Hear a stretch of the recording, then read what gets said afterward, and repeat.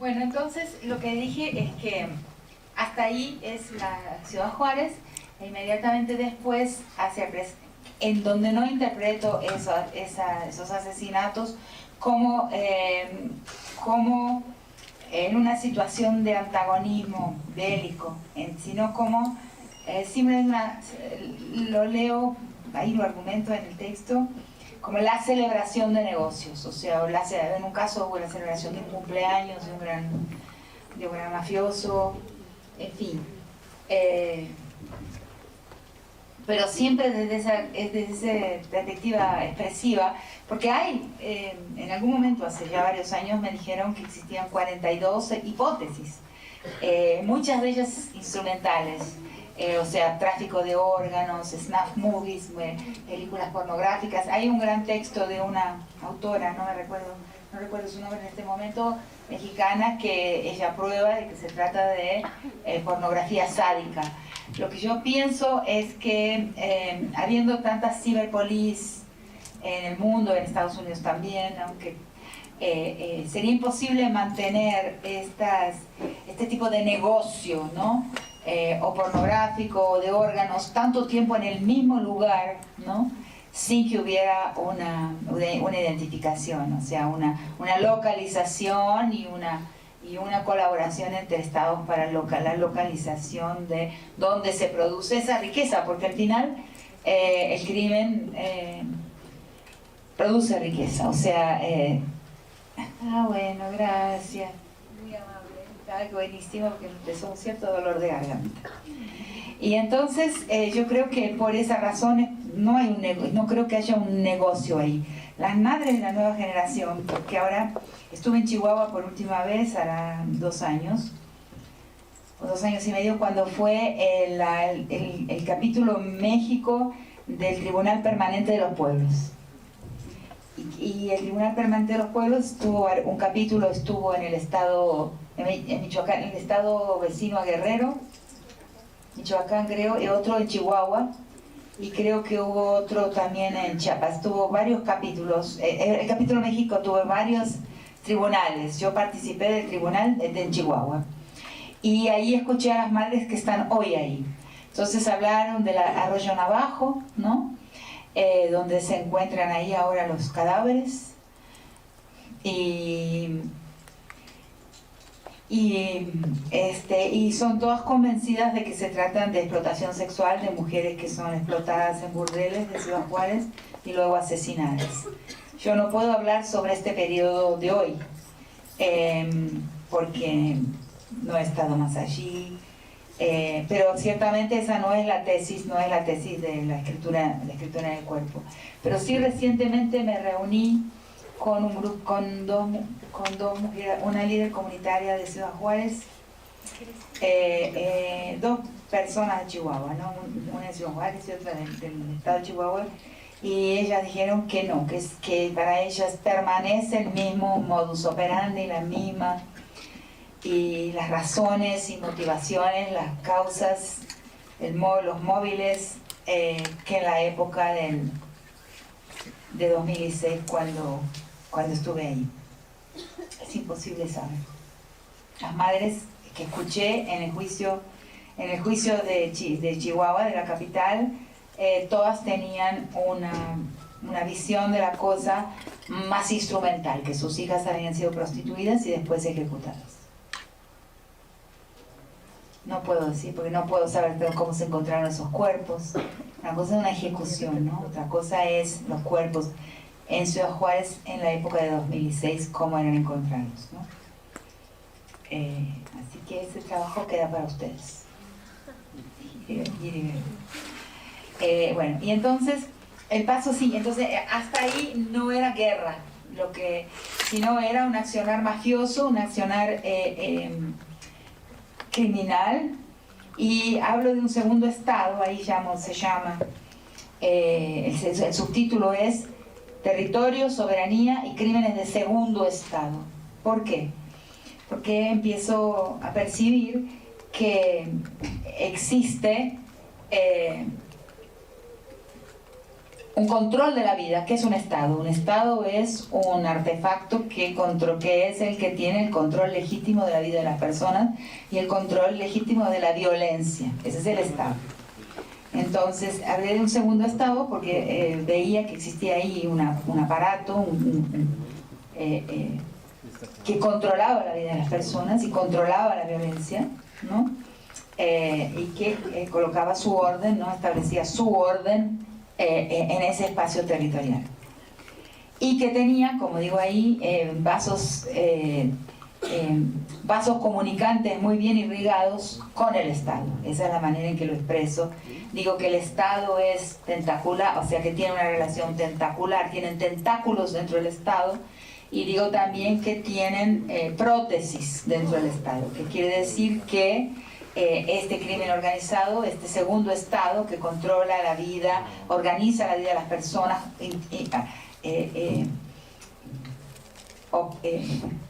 impone su orden y tiene control de la violencia en ese lugar subterráneo. También tiene anexados, tiene articulados, tiene como tentáculos o como prótesis operadores del Estado. Hasta ahí llegué en Ciudad Juárez.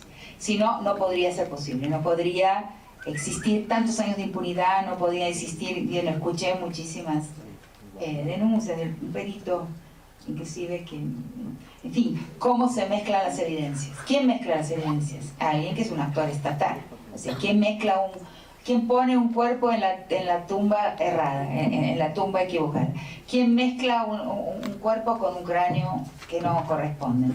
¿Quién hace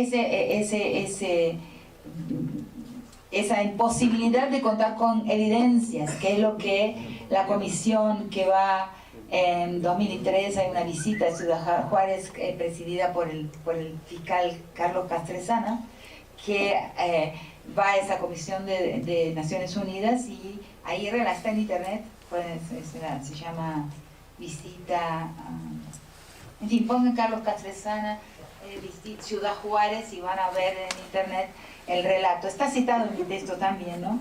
Lo que levanta esa comisión con relación a la imposibilidad de investigar por la absoluta ¿cómo se dice? Manipulación de las evidencias y destrucción de evidencias. Entonces el Estado está ahí, ¿no? Hay la figura de una fiscal absolutamente comprometida con todo esto, en fin, pero no lo leo todavía como un escenario de guerra, lo leo como un escenario de operaciones mafiosas en donde hay una gran riqueza, ¿no? O sea, se produce gran riqueza en las maquiladoras y se produce gran riqueza en esa frontera. En ese momento no era el momento presente, pero es una frontera al mismo tiempo blindada y porosa. Y es una cosa muy rara, ¿no? Porque por ahí, por esa frontera, y ahí le cuento lo último de Ciudad Juárez, se atraviesan personas, se atraviesan armas, se atraviesan, claro, droga, y yo digo, y se atraviesa dinero no declarado, o sea, se lava dinero. Entonces ahí me vino alguna gente encima a decir, no, pero hoy en día el dinero se atraviesa virtualmente, las operaciones de apuestas en la bolsa todas las operaciones financieras se realizan de forma virtual. El dinero del lavado de dinero no se atraviesa en bulto, en cash, ¿no? Sería además necesidad de unas enormes cajas. Y por una casualidad, porque realmente a medida que envejezco, tengo una visión más esotérica porque yo dije, bueno, está bien, está equivocada, entonces aparte no se atraviesa dinero, yo creo que el año pasado tuve que esperar 14 horas en el aeropuerto de Bogotá, porque estaban cerrados los aeropuertos, se decía que por una razón climática, etc. Entonces me pasé, eso sí, en la sala VIP, 14 horas en el aeropuerto de Bogotá. Y la noticia era esta, que después desapareció completamente de las noticias. Lo vi porque estaba ese día ahí, no lo vi más escrito en ningún lugar. La detención de un número grande de azafatas que de Avianca y algunas también de LAN, pero sobre todo de Avianca, que por años habían atravesado millones de dólares en fondos falsos de sus maletas, de una forma tal que tenían un forro que los rayos X de las máquinas de inspección no atravesaban ese forro del fondo falso. Y que había un cálculo ahí, también debe estar en Google, si no lo sacaron de Google, pero yo no estoy soñando, lo vi durante un día. Entonces es verdad, entonces el dinero realmente viaja en kilos, en kilogramos, viaja en peso. Así que me quedé tranquila con aquella... porque creo que, claro, todos los grandes empresarios de Ciudad Juárez, que son los dueños, los managers y dueños de las maquilas, y ahí hay mucho dinero. Por ejemplo, Zaragoza es de ahí. Después extiende sus operaciones del gas a Guatemala. Pero Zaragoza es una de las grandes fortunas mexicanas, ¿no? Quizás la segunda, yo creo. Tienen que saber esto ustedes.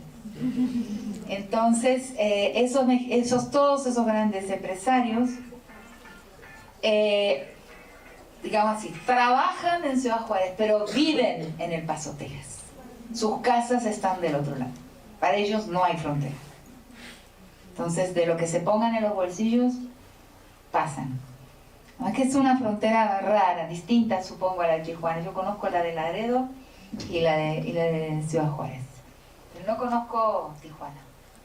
Y en ese momento, por ejemplo, esa frontera, cuando volví, no había nadie cuidando la frontera. Entonces, de la noche, después de las 11 de la noche, cuando pasé al Paso, Texas, para conversar con una periodista, ¿no? ¿Cómo se llama? La periodista que escribió Huesos en el Desierto, Diana Washington.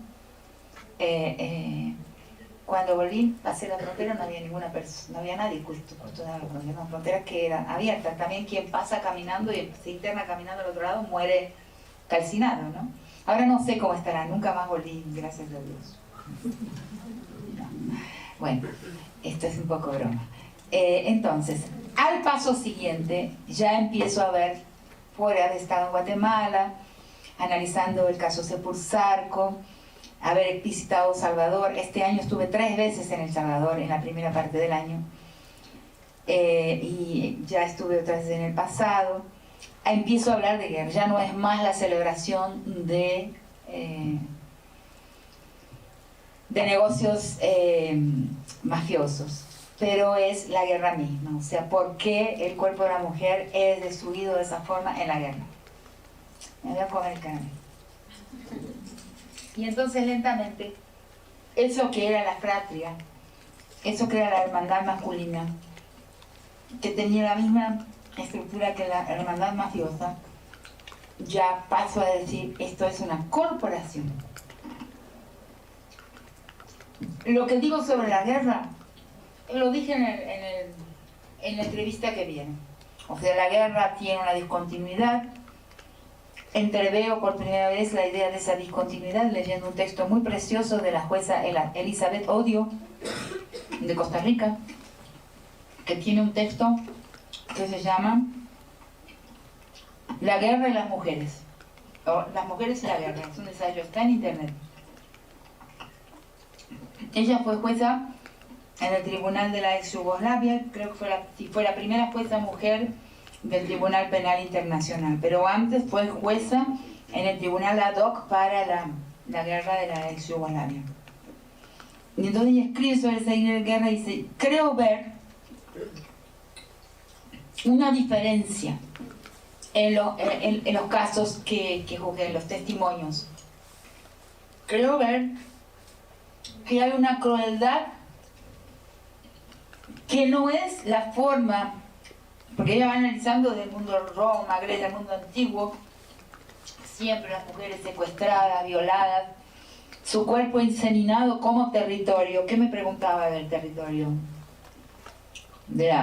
Porque hay una inseminación, como se insemina y se planta un territorio, se insemina el cuerpo de las mujeres por los soldados que toman ese territorio.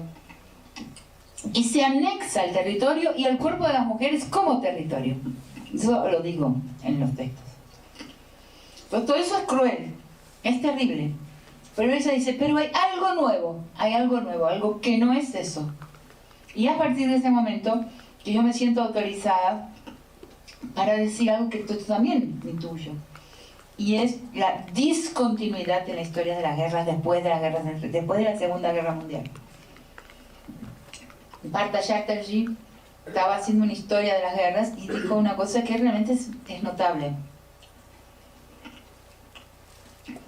Después de las leyes humanitarias, después de la Segunda Guerra Mundial, del surgimiento de Naciones Unidas, la Carta de los Derechos Humanos, y sobre todo las leyes humanitarias, y para la guerra, no hay más guerras declaradas. Ningún Estado declara guerra a otro Estado. Ninguna de las guerras contemporáneas tienen. Yo lo había escrito antes de escuchar a Chatterjee, un hombre bien antipático, horroroso. Y además tiene acusaciones de acoso, entonces estaba incómodo, me miraba así como con miedo. Yo ni sabía que allá en la India tenía acusaciones de acoso, pero bueno. Pero sí, esa conferencia fue interesante, porque él dice que no hay más declaraciones de guerra, porque el país que declare una guerra va a estar sometido a Naciones Unidas, a los derechos humanitarios de la guerra. Entonces, al no declarar guerra, no hay más sometimiento. Eso que no hay declaración ni amnisticios más, que las guerras hoy no empiezan ni terminan, yo lo digo también en el texto de las nuevas formas de la guerra. Y también digo otra cosa, que las guerras hoy son en una gran medida tercerizadas. Hay contratación de empresas, hay empresas que venden acciones en la bolsa y que en realidad ellas colocan en el servicio de la guerra lo que antes llamaba de los mercenarios, pero hoy son obreros de la guerra, son recursos humanos bélicos que están contratados a través de empresas que los reclutan y los ponen a disposición de la guerra, pero son por contrato. Entonces ahí no hay derecho. Estos obreros no son soldados, no son militares, entonces es un limbo jurídico total. No hay cómo juzgar lo que estas personas hacen en la guerra porque no están sometidas tampoco al régimen del derecho de la guerra. Entonces, eso es lo que está pasando, es un campo incierto y en expansión. Lo vemos en México, lo vemos en América Central. En fin, hay varias formas de lo que llamo paraestado. Bueno, entonces, en ese tipo de guerra, ahí la mujer asume una posición, asume su cuerpo, o sea, el significante que va a ser la destrucción de ese cuerpo es un significante poderoso, vamos a decir así, en esa nueva forma de la guerra. Eso está bien argumentado en las nuevas formas de la guerra, en el texto. Entonces, que se destruye, lo digo ahí también, ¿no? Una forma de destruir la moral, porque en la guerra desde siempre, la moral de la tropa es un elemento central, si no, no gastarían tanto esfuerzo en hacer aquellos desfiles de pata de ganso, y aquellas cosas, aquellos rituales bélicos que hacen los ejércitos, aquellas danzas de los desfiles, esas cosas, en realidad son el despliegue, no solo de la masculinidad de los soldados, pero también es el despliegue de su moral como ejército, de su celebración como unidad bélica, ¿no? La unidad de ese grupo, la unidad de la tropa, que se constituye mediante esa ritualización de su moral que tiene que ver con su unión, con mancomunamiento, ¿no? Fidelidad a sí mismo, fidelidad al equipo, ¿no? Los deportes también tienen eso, ¿no? Pero en la guerra mucho más. Entonces, la destrucción de la moral es muy severa, es muy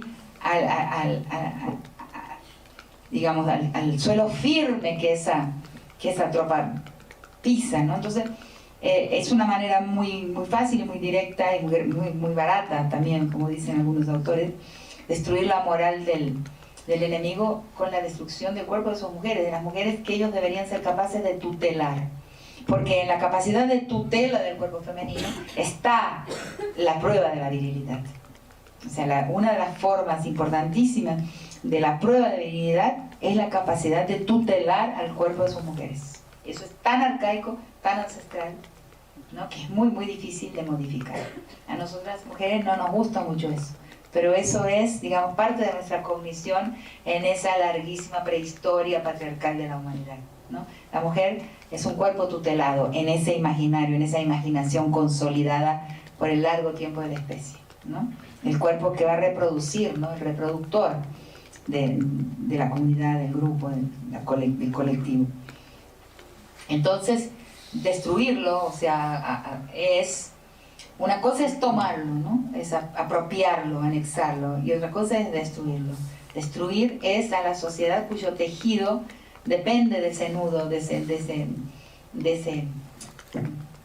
ese nudo reproductor que es el cuerpo de las mujeres. Bueno, entonces en ese momento siguiente empiezo a ver claramente que la masculinidad es corporativa, es una corporación, más que una fratria. Es una fratria también, pero una fratria de organización corporativa. Y que es necesario, que replica.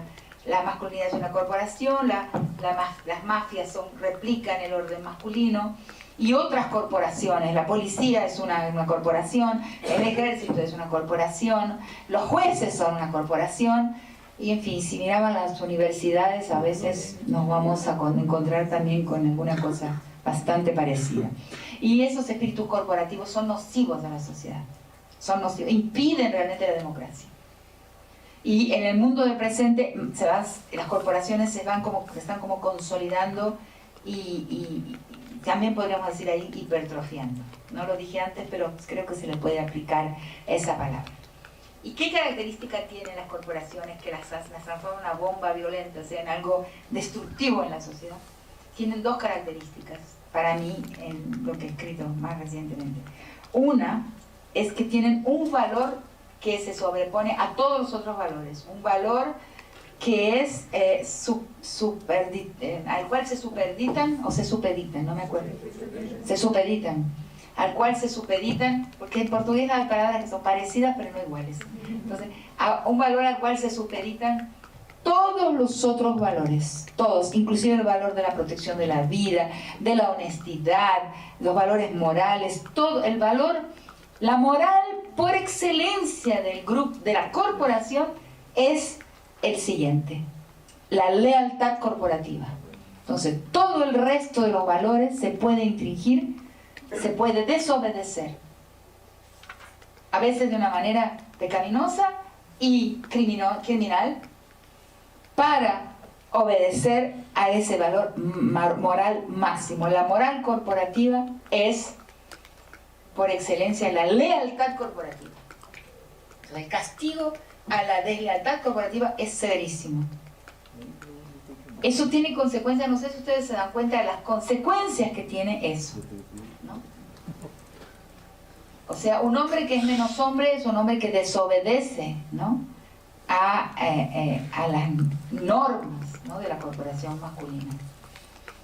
Alguien que se comporta de repente con la sensibilidad de una mujer, que es empático, que en una situación como la que están surgiendo mucho últimamente de denuncia, se pone del lado de la denunciante, se pone del lado de la denunciante de acoso, de violación, de lo que sea. Eso es alguien que ha sido desleal a su grupo corporativo, y el castigo es muy grande. Y eso en realidad, el hablar sobre la masculinidad es hablar sobre la primera forma de poder. Esto que estoy diciendo acá para la masculinidad y para el carácter corporativo de la masculinidad, habla sobre el carácter corporativo del poder, en realidad. Cómo va a configurar el poder en los más diversos ámbitos, en el económico, en el político. La deslealtad al grupo corporativo político, por ejemplo, es lo peor. Y luego la segunda característica es la corporación es internamente jerárquica. O sea, existe el macho alfa y el macho zeta. ¿Cómo se dice zeta en griego? No me acuerdo. Ok, el alfa omega, el macho omega. O sea, es jerárquica interna. Entonces, como es jerárquica, las imposiciones, o sea, que vienen desde las alturas, que vienen desde las posiciones más encumbradas, son el ojo de la cumbre, pesa sobre cada sujeto. El sujeto, ante ese ojo alfa, que como decíamos en la clase anterior, quizás no exista en ningún lugar, pero el beta, digamos, el beta existe. Y entonces, ¿y por qué no existe alfa? Porque hay inseguridad, porque el beta es siempre seguro. O sea, porque siempre hay juicio. Siempre hay un juicio que viene de una jerarquía. O sea, nunca la vida es cómoda.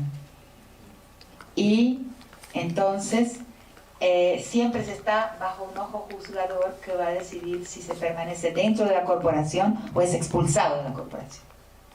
Entonces, esas dos características, el valor máximo de la lealtad, de la lealtad inmoral, el familismo amoral, como ha dicho un antropólogo hace muchos años sobre la mafia. La mafia tiene una práctica de familismo amoral. O sea, estando dentro de la familia, la lealtad de la familia es lo único que importa, aunque se incurra en comportamientos absolutamente inmorales. Entonces, eso permite explicar un montón de cosas, muchas cosas. De la masculinidad y de las mafias, y del accionar mafioso, y también de las nuevas formas de la guerra, ¿no? Bueno, ahora voy a abrir a preguntas ahora.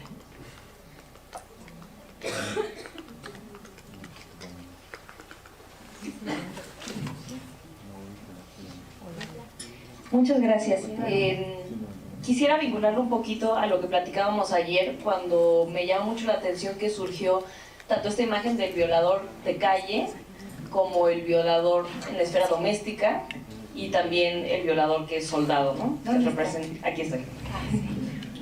Y la pregunta es sencilla pero complicada a la vez, y creo que ya se ha ido respondiendo, pero me gustaría complejizarlo un poquito más. La pregunta es, ¿esta masculinidad rapaz es posible que exista fuera de las estructuras de organización social que son el Estado? ¿O son exclusivas del Estado?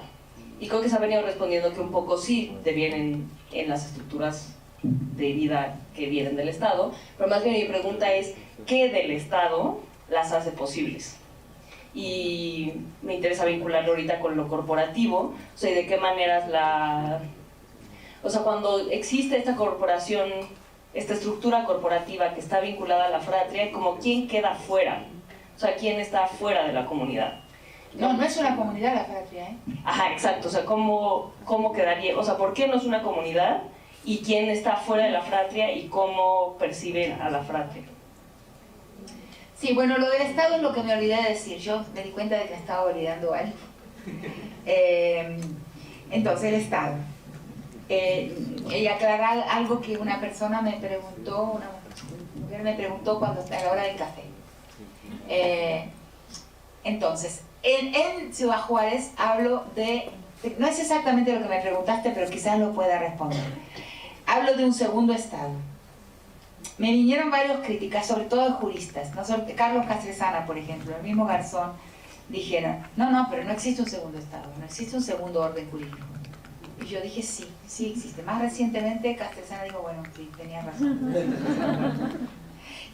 ¿Por qué es un orden jurídico? Porque ahí hay normas.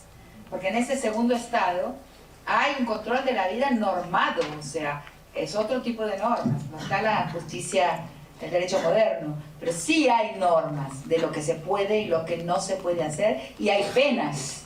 ¿Cómo se pena cuando se hace lo que no se debe hacer? Y hay un control también de la violencia. Hay cabezas, o sea, es organizado ese segundo Estado, ¿no? Pero no puede existir sin una complicidad o sin esos tentáculos, sin esa tentacularidad o carácter, ¿cómo se llama esa palabra? Proteico, ¿no? De prótesis, con sus prótesis estatales, ¿no?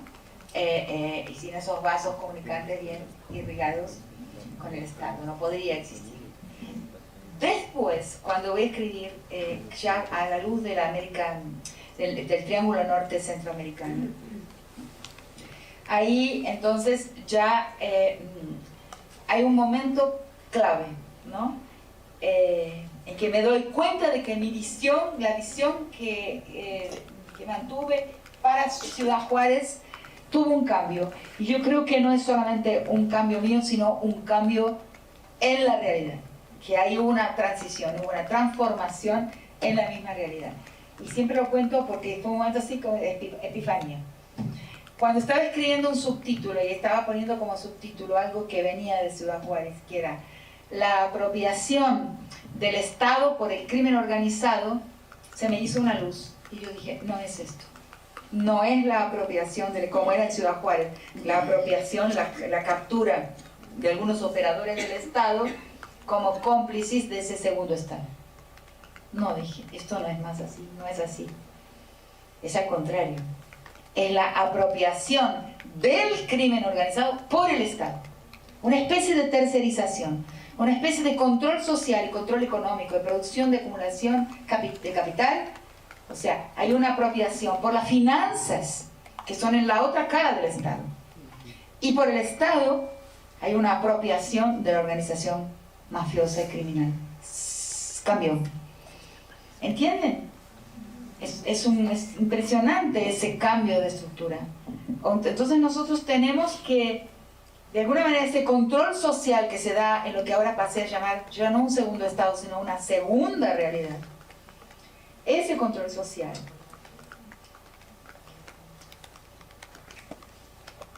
que va a dar a los cofres del Estado y a los ganadores de elecciones, a la política, a las cajas electorales, va a controlar el acceso a las posiciones de poder electivas, ¿no? De ahí cito a un policía federal, un alto mando de la Policía Federal de Brasil, que dice, vamos, no es posible hoy en ningún lugar ganar una elección, en ninguno de los lados del espectro político, ni de derecha, ni de izquierda, ni de centro, no es posible ganar una elección que no cuente con fondos no declarables para la campaña.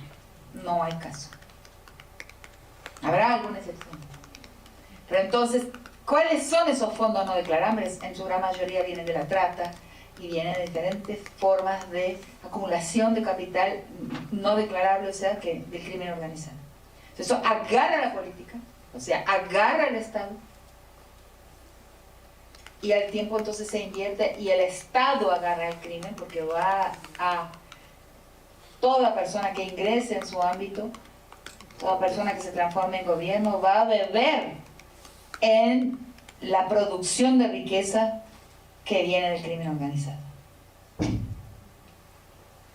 Entonces, por eso de repente se me ocurrió pensar un día, pasaba por la sala de televisión de mi casa y veo una de las infinitas series con Pablo Escobar, ¿no? O sea, montones de series.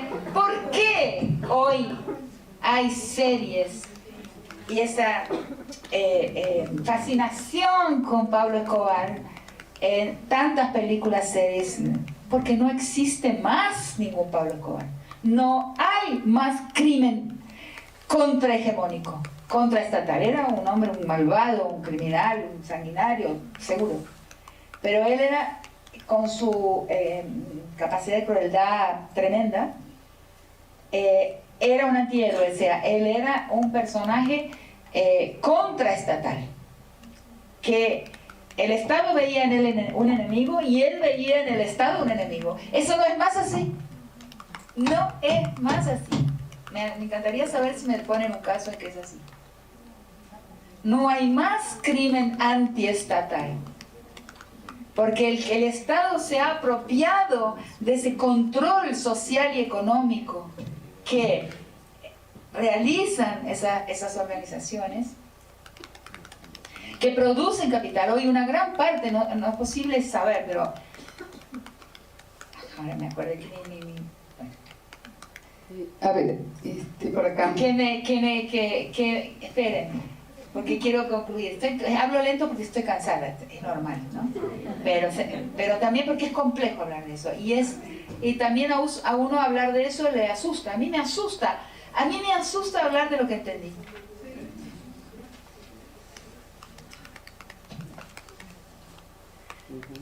Entonces, hablar, por ejemplo, de capitalismo y de la acumulación concentración de la riqueza en términos de plusvalía y relación, como les dije ya los otros días aquí, el capital, trabajo, todo esto, ya no es un análisis económico suficiente como para mostrar de dónde viene una gran parte de la acumulación.